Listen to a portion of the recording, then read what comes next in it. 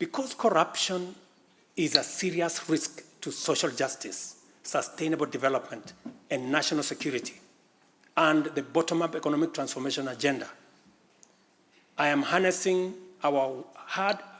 working relationship with other arms of government to encourage the judiciary and parliament to enhance integrity and efficiency by adopting digitization and automation. As I do so, I must caution that all these measures will only achieve intended results if, and only if, the institutions charged with combating corruption and promoting efficiency and integrity stop hiding behind the transparent screen of independence and rise up to meet the people's expectation on matters integrity. Let me say this. It cannot be the case that the Director of Public Prosecutions keeps dropping cases because somehow they are unable to produce witnesses. It cannot also be the case that corruption suspects rush to court to obtain anticipatory bail that shields them from due process and enables them to compromise investigations. There is also no reason for corruption cases to drag in our courts for years when the same courts are able to determine election petitions and related disputes within 6 months.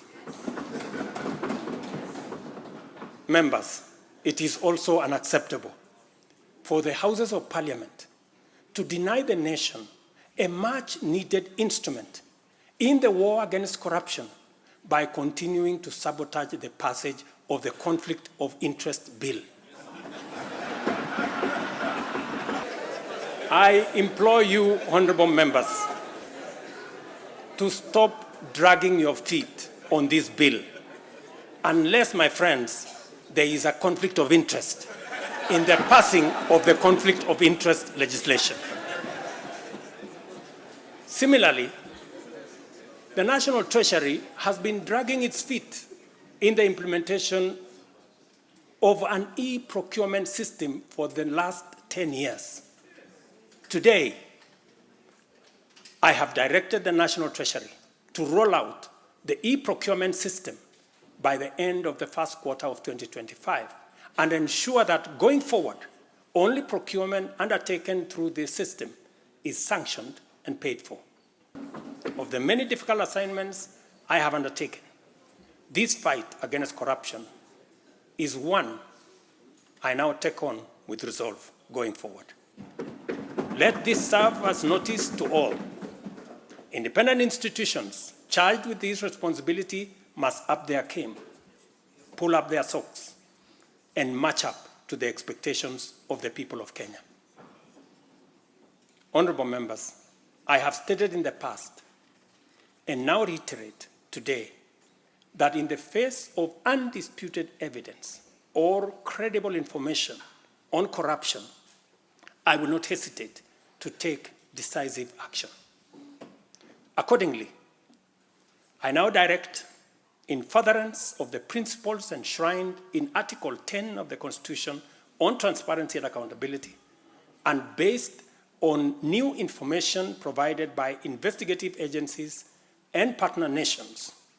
that the procuring agencies within the Ministry of Transport and the Ministry of Energy and Petroleum immediately cancel the ongoing procurement process for the JKIA expansion public-private partnership transaction, as well as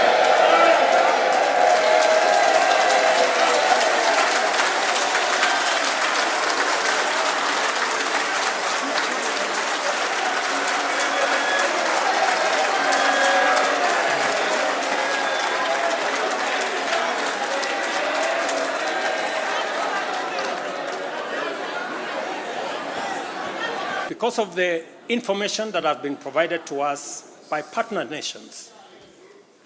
I have directed agencies within the Ministry of Transport and the Ministry of Energy and Petroleum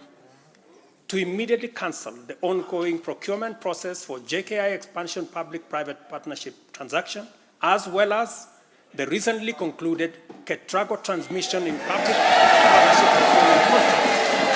and immediately commence